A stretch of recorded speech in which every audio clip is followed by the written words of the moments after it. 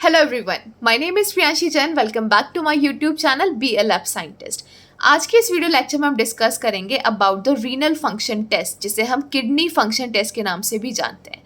देखिए, किसी भी पर्सन को, किसी भी पेशेंट को हम अगर ऑर्गन फंक्शन टेस्ट को सजेस्ट करते हैं, जैसे फॉर एग्जांपल किसी पर्सन का अगर हम RFT करा रहे हैं, रीनल फंक्शन टेस्ट करा रहे हैं, तो हम ऐसा क्यों कर रहे हैं? क्योंकि हमें ये देखना है कि उस पर्सन का, उस पेशेंट का जो पर्टिकुलर ऑर्गन है, जैसे रीनल है, किडनी है, तो वो किडनी उसका नॉर्मल फंक्शन कर रही है या नहीं कर रही है। तो किसी भी ऑर्गन फंक्शन टेस्ट को अगर हम सजेस्ट करते हैं तो हमें लास्ट में ये कंक्लूड करना होता है कि क्या उसका वो पर्टिकुलर ऑर्गन नॉर्मल फंक्शन कर रहा है या एबनॉर्मल फंक्शन कर रहा है। आपको इसके बीच में डिफरेंशिएट करना होता है। तो ये डिफरेंशिएट करने के लिए सबसे पहले आपको ये जानना ज़रूरी है कि किडनी के नॉर्मल फंक्शंस क्या होते हैं, तभी तो आप एबनॉर्मल क्या है वो बता पाएंगे। तो हमें सबसे पहले इस वीडियो सीरीज़ को हम सबसे पहले डिस्कस करेंगे फंक्शंस ऑफ किडनी, कि नॉर्मल फंक्शंस क्या है किडनी के। उसके बाद हम डिस्कस करेंगे जो रीनल है, जो किडनी है, उसका जो फंक्शनल यूनिट होता है वो होता है नेफ्रॉन। तो नेफ्रॉन का स्ट्रक्चर क्या होता है, नेफ्रॉन के फंक्शंस क्या होते हैं। जब हम उसका स्ट्रक्चर देखेंगे ना, तो आप देखेंगे कि नेफ्रॉन के स्ट्रक्चर में दो मेजर पार्ट होते हैं। एक तो होता है उसका ग्लोमेरुलर पार्ट और दूसरा होता है उसका ट्यूबुलर पार्ट। तो दोनों स्ट्रक्चर्स को हम डिस्कस करेंगे। हम देखेंगे जो ग्लोमेरुलर पार्ट है उसके अंदर फिल्ट्रेशन कैसे होता है, जो ट्यूबुलर पार्ट है उसके अंदर एक्सक्रीशन, सिक्रीशन, एब्जॉर्प्शन, ये सब चीज़ें कैसे होती हैं। फिर हम डिस्कस करेंगे कि GFR क्या होता है, जो कि है ग्लोमेरुलर फिल्ट्रेशन रेट, ये कैसे हम कैलकुलेट करते हैं, क्या होता है GFR। हम देखेंगे रीनल ब्लड फ्लो क्या होता है, इंडिकेशंस क्या होते हैं RFT के। अगर आप किसी पेशेंट को या पर्सन को सजेस्ट कर रहे हो कि आपको RFT करा लेना चाहिए, तो आपको वो पेशेंट क्या इंडिकेट करता है जिसे आप उसको सजेस्ट करोगे कि अब आप RFT कराओ। क्लीयरेंस टेस्ट क्या होता है, मोस्ट इंपॉर्टेंटली RFT के अंदर आता है आपका क्लीयरेंस टेस्ट। तो क्लीयरेंस टेस्ट क्या होता है, क्लीयरेंस टेस्ट के अंदर आप इनुलिन क्लीयरेंस टेस्ट के बारे में पढ़ेंगे, क्रिएटिनिन क्लीयरेंस टेस्ट देखेंगे, यूरिया क्लीयरेंस टेस्ट देखेंगे। ये सारे क्लीयरेंस टेस्ट को हम डिस्कस करेंगे। फिर हम ये भी देखेंगे कि इन सब में से जो बेस्ट, ये जो आइडियल सब्सटेंस है क्लीयरेंस टेस्ट का, वो कौन है और वो क्यों है, क्लीयरेंस टेस्ट का प्रिंसिपल क्या है। और RFT के अंदर सिर्फ क्लीयरेंस टेस्ट नहीं आता है, बाकी काफ़ी सारे अदर टेस्ट भी आते हैं RFT के अंदर। तो सारे टेस्ट को हम RFT के अंदर डिस्कस करेंगे। सबसे पहले हम स्टार्ट कर रहे हैं फंक्शंस ऑफ किडनी के। देखिए, किडनी जो होती है ना, वो काफ़ी हाईली स्पेशलाइज्ड ऑर्गन है और वो मेनली ये 3 फंक्शंस को परफॉर्म करती है। पहला फंक्शन है रेगुलेटरी फंक्शन, एक्सक्रीटरी फंक्शन और एंडोक्राइन फंक्शन। देखिए, रेगुलेटरी फंक्शन का मतलब क्या है, किडनी रेगुलेट करती है। रेगुलेट का मतलब क्या होता है, कंट्रोल करती है। कंट्रोल करती है वो वाटर के लेवल को, हमारे ब्लड के अंदर, हमारी बॉडी के अंदर वाटर, इलेक्ट्रोलाइट, एसिड बेस, इन सब चीज़ों का कंट्रोल करती है, रेगुलेट करती है कि इन सब का हमारी बॉडी के अंदर जो लेवल है वो मेंटेन रहे। तो वो उसका पहला काम क्या है, रेगुलेशन फंक्शन।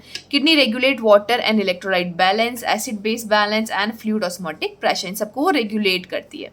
एक्सक्रीटरी फंक्शन होता है उसका। एक्सक्रीटरी मतलब क्या है कि वो हमारे अंदर जितने भी मेटाबॉलिक वेस्ट प्रोडक्ट्स बनते हैं, जैसे कि ब्लड यूरिया हुआ, क्रिएटिनिन हुआ, यूरिक एसिड हुआ, ड्रग्स हुआ, इन सबको एक्सक्रीट आउट करती है। और जो हमारी बॉडी के लिए असेंशियल है, जो हमारी बॉडी के लिए यूजफुल है, उन सारे सब्सटेंस को वो एब्जॉर्ब करती है। जैसे कि ग्लूकोज हुआ, अमाइनो एसिड्स हुआ, प्रोटीन्स हुआ, इन सबको क्या करती है, वो एब्जॉर्ब करती है।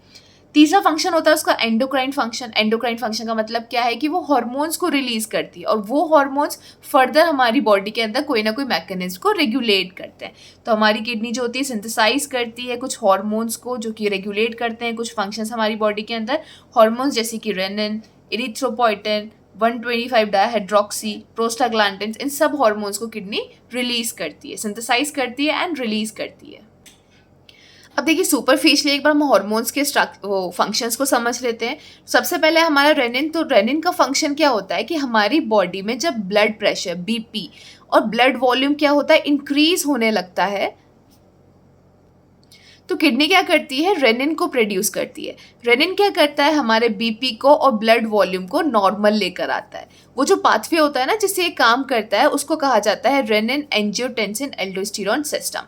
इसकी वीडियो मैंने अलग से यूट्यूब चैनल पे बना रखी है, उसका लिंक मैं आपको आई बटन में मेंशन कर दूंगी। तो यहाँ पे सुपरफिशियली आपको ये समझना है कि रेनिन क्या करता है, जब हमारी बॉडी में BP कम होने लगेगा या ब्लड वॉल्यूम फॉल गिरने लगेगी, तो इन दोनों चीज़ों को वो मेनटेन करता है। इरिथ्रोपोइटिन का क्या काम होता है, देखिए, जब भी हमारी बॉडी में हाइपोक्सिया की कंडीशन आती है, हाइपोक्सिया मतलब अगर हमारे टिश्यूज़ तक, जो बॉडी टिश्यूज़ होते हैं उन तक अगर एडिक्वेट अमाउंट में ऑक्सीजन नहीं पहुंच पाता, बराबर अमाउंट में ऑक्सीजन नहीं पहुंच पाता, तो टिश्यूज़ कौन सी कंडीशन में, टिश्यू की क्या होने लग जाती है, डेथ होने लग जाती है। ऑक्सीजन उसको ढंग से नहीं मिल पा रहा है तो टिश्यूज़ डैमेज होना स्टार्ट होते हैं, सेल्स डैमेज होना स्टार्ट होते हैं। तो उस कंडीशन को हम क्या बोलते हैं, हाइपोक्सिया बोलते हैं। अब हमें पता है कि हाइपोक्सिया क्यों हो रहा है, क्योंकि ऑक्सीजन एडिक्वेट अमाउंट में नहीं पहुंच पा रहा। ऑक्सीजन कौन पहुंचाता है, आरबीसीज पहुंचाती हैं। तो अगर हमारी बॉडी में आरबीसीज का प्रोडक्शन बढ़ेगा तो ऑक्सीजन का लेवल बढ़ेगा, ऑक्सीजन बढ़ेगा तो हाइपोक्सिया की कंडीशन धीरे धीरे दूर होगी। तो आरबीसीज को कौन बनाता है, आरबीसीज जो बनती है उस प्रोसीजर को हम, उस मैकेनिज्म को हम क्या बोलते हैं, इरिथ्रोपोइसिस। इरिथ्रोपोइसिस करने के लिए आपको एक हार्मोन चाहिए होता है जिसका नाम होता है इरिथ्रोपोइटिन, और ये इरिथ्रोपोइटिन कौन रिलीज करता है, किडनी रिलीज करती है। तो इरिथ्रोपोइटिन का काम समझ आया कि इरिथ्रोपोइटिन क्या करेगा, इरिथ्रोपोइसिस को स्टिमुलेट करेगा, इसको बढ़ाएगा बोन मैरो के अंदर, जिससे ज़्यादा से ज़्यादा आरबीसीज बनेगी, मोर आरबीसीज बनेगी तो मोर ऑक्सीजन जाएगा, मोर ऑक्सीजन जाएगा तो हाइपोक्सिया की कंडीशन धीरे धीरे डिक्लाइन होगी। नेक्स्ट है आपका 1,25 हाइड्रोक्सी विटामिन D3 हार्मोन। ये क्या करता है, ये आपका जो गैस्ट्रोइंटेस्टाइनल ट्रैक्ट होता है उसके अंदर कैल्शियम के एब्जॉर्प्शन को बढ़ाता है। जीआईटी के अंदर जो कैल्शियम हम डाइट में लेते हैं उसके एब्जॉर्प्शन को ये बढ़ाता है। लास्ट आपका प्रोस्टाग्लैंडिन्स। तो प्रोस्टाग्लैंडिन्स क्या करता है, ये भी रेगुलेट करता है किसके कॉन्सेंट्रेशन को, सॉल्ट के और वाटर के, जिसे हम बोलते हैं होम्योस्टेसिस। होम्योस्टेसिस मतलब इन दोनों के लेवल को ये क्या करता है, इक्विलिब्रियम के अंदर मतलब रेगुलेट करता है, कंट्रोल में रखता है दोनों के लेवल को हमारे ब्लड के अंदर। अब देखिए सुपरफिशियली हमने किडनी के फंक्शंस को डिस्कस करा, हमने समझा कि इसके नॉर्मल फंक्शंस क्या होते हैं। तो इन नॉर्मल फंक्शंस को भी करने के लिए इसको किसकी हेल्प चाहिए होती है, अलग अलग मैकेनिज्म से ये इन फंक्शंस को संभालती है। ठीक है, मैकेनिज्म जैसे एक्सक्रीशन जैसे कि एक्सक्रीट कर रही हो वेस्ट मेटाबॉलिक प्रोडक्ट्स को, वो किडनी क्या कर रही है, यूरिन के थ्रू क्या कर रही है, एक्सक्रीट आउट कर रही है। तो कौन सा फंक्शन संभाल रही है, वो एक्सक्रीटरी फंक्शन संभाल रही है, राइट।